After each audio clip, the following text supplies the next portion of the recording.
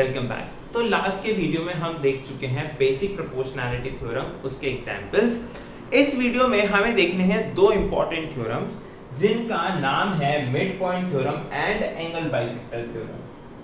ठीक है, क्या नाम है? Mid point theorem and angle bisector theorem. तो मिड पॉइंट थ्योरम क्या बोलती है, सबसे पहले वो देखते हैं। मिड पॉइंट थ्योरम बोलती है कि अगर आपके पास कोई ट्राइंगल है, सपोज ABC, और आपके पास कोई दो साइड्स के मिड पॉइंट है, सपोज D और E, किन्हीं दो साइड्स के मिड पॉइंट है D और E, मिड पॉइंट। ओके, इन दोनों मिड पॉइंट को जोड़ने वाली जो लाइन है, इन दोनों मिड पॉइंट को जोड़ने वाली जो लाइन है वो पैरेलल होगी थर्ड लाइन के, ट्राइंगल की थर्ड साइड के पैरेलल होगी। ठीक है, इसका प्रूफ क्या है? बहुत सिंपल है। देखिए, मुझे पता है कि AD upon DB is equal to AE upon EC। ऐसा क्यों? क्योंकि दोनों आपस में 1 के बराबर है। ठीक है, AD अपॉन DB, अगर D मिड पॉइंट है तो AD is equal to DB और AE is equal to EC, क्योंकि E मिड पॉइंट है तो दोनों 1 के इक्वल है। फिर हमने जब बेसिक प्रोपोर्शनैलिटी थ्योरम पढ़ी थी तो उसका कोरोलरी और कन्वर्स भी पढ़ा था। उसकी हेल्प से हम क्या बोल सकते हैं? उसकी हेल्प से हम डायरेक्ट बोल सकते हैं कि DE is parallel to BC। बहुत सिंपल, राइट? ठीक है, ये क्या है? ये by converse of basic proportionality theorem. बस इतना सा प्रूफ है इसका।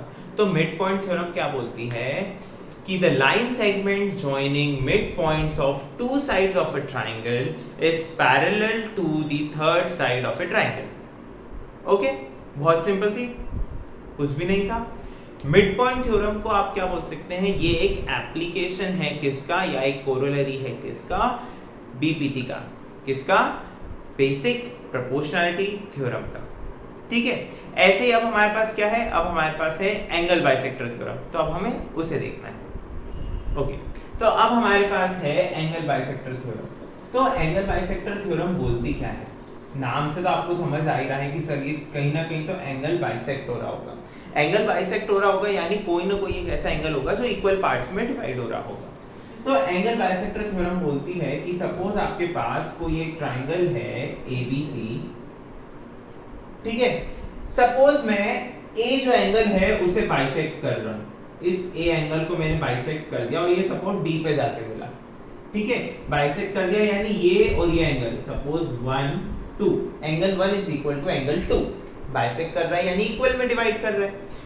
तो एंगल बाइसेक्टर थ्योरम बोलती है कि अगर हमारे पास कोई ऐसी लाइन है जो एंगल्स को बाइसेक्ट कर रही है, तो अपोजिट साइड जिस रेशो में डिवाइड हुई है वो रेशो इक्वल होगा to the sides containing the angle.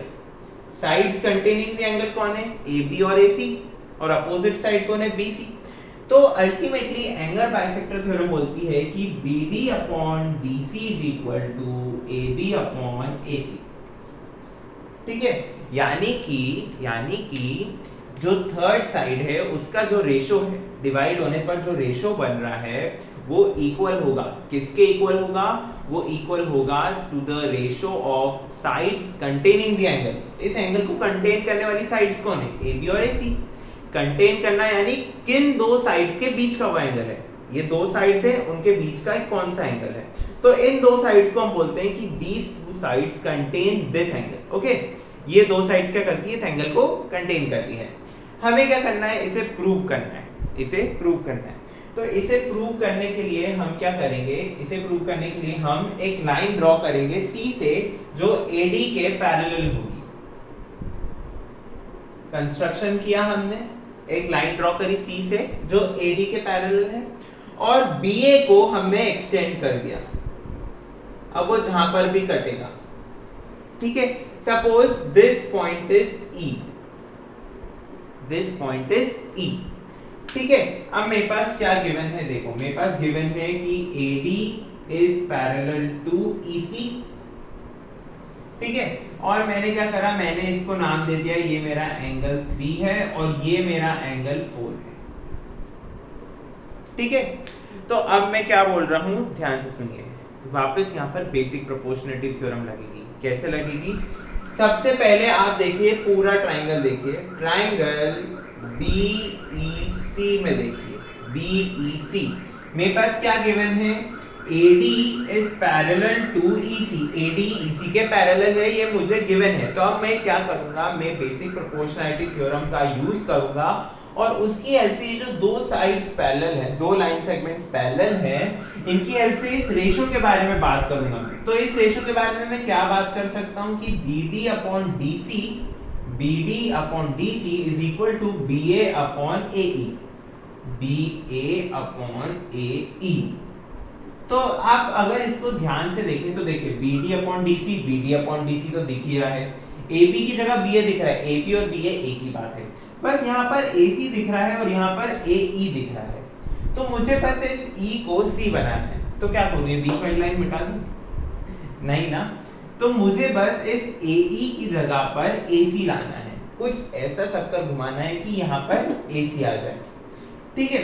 तो अब मैं देखिए क्या करने वाला हूँ, ध्यान से देखिए, मुझे पता है कि angle 2 is equal to angle 3, angle 2 is equal to angle 3, क्यों, क्योंकि ये दोनों क्या हैं, ऑल्टरनेट इंटीरियर एंगल्स हैं।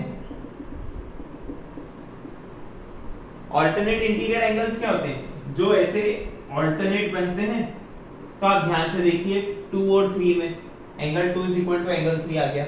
चलिए नेक्स्ट करते हैं, नेक्स्ट है angle 1 is equal to angle 4, कैसे, कॉरेस्पॉन्डिंग एंगल्स। कॉरेस्पॉन्डिंग एंगल्स क्या होते हैं, कॉरेस्पॉन्डिंग एंगल्स होते हैं कि अगर आपके पास दो पैरेलल लाइंस हैं, अगर आपके पास दो पैरेलल लाइंस और कोई लाइन इसको कट कर रही है, तो यहाँ जो ऊपर एंगल बनेगा वही ऊपर यहाँ बनेगा, यहाँ जो नीचे बनेगा वही नीचे यहाँ बनेगा, ठीक है। तो ये होते हैं कॉरेस्पॉन्डिंग एंगल्स। तो कॉरेस्पॉन्डिंग एंगल बराबर हो गए। चलिए अब मुझे ऑलरेडी गिवन है कि angle 1 is equal to angle 2, angle 1 is equal to angle 2, क्यों, क्योंकि एंगल बाइसेक्टर है, ये गिवन है मेरे को। प्रॉपर प्रूफ आपको नोट्स में मिलेगा, अभी आप यहाँ समझ लीजिए, ठीक है। बाइसेक्टर है तो 1 और 2 बराबर है, 1 2 के बराबर, 2 3 के बराबर और 1 4 के बराबर। इसका मतलब क्या हो गया कि 3 और 4 बराबर हैं। अगर किसी ट्राइंगल के दो एंगल्स इक्वल हैं तो उनकी जो अपोजिट साइड्स होती है वो भी इक्वल होते हैं, ये ट्राइंगल की प्रॉपर्टी है, ठीक है। तो देखिए एंगल 3 और एंगल 4 अगर इक्वल हो गए तो इनकी अपोजिट साइड क्या है, एंगल 4 के अपोजिट है AC, एंगल 3 के अपोजिट है AE। This implies AE is equal to AC। यहाँ पे आपको रीजन लिखना है कि sides opposite equal, angles are equal, ठीक है। अब AE is equal to AC आ गया तो बस यहाँ पे मैं लिख सकता हूँ ना BA अपॉन AC, हो गया प्रूफ खत्म। तो प्रूफ बेसिकली हमने क्या करा, हमने देखिए कंस्ट्रक्शन किया कि C से हमने एक लाइन ड्रॉ करी जो DA के पैरेलल हो, फिर BA को हमने एक्सटेंड करा, ठीक है। AB को एक्सटेंड नहीं करा है, BA को एक्सटेंड किया है, ठीक है, ध्यान रखिएगा। AB एक्सटेंड करेंगे तो आप इस साइड पहुंचेंगे, ठीक है, हमें ऊपर जाना है। तो BA को हमने एक्सटेंड किया और जहां पर ये इंटरसेक्ट हुई उस पॉइंट को हमने E नाम दे दिया, ये हमने सारे एंगल्स को नाम दे दिया। सबसे पहले हमने बेसिक प्रोपोर्शनैलिटी थ्योरम यूज करी, उसकी हेल्प से हम ये रेशियो लिया है। उसके बाद हमने क्या देखा कि एंगल 2 और 3 बराबर है, फिर 1 और 4 बराबर है, तो 1 2 के बराबर है, आपस में क्या हो गया 3 और 4 बराबर हो गए, सारे एंगल्स इक्वल हो गए। एंगल्स इक्वल हो गए तो उनकी अपोजिट साइड्स इक्वल होती है, किसी भी ट्रायंगल की प्रॉपर्टी है ये। तो हमने A is equal to AC आ गया, A is equal to AC आया तो A की जगह AC लिख दिया और प्रूफ खत्म हो गया, था ना सिंपल, राइट।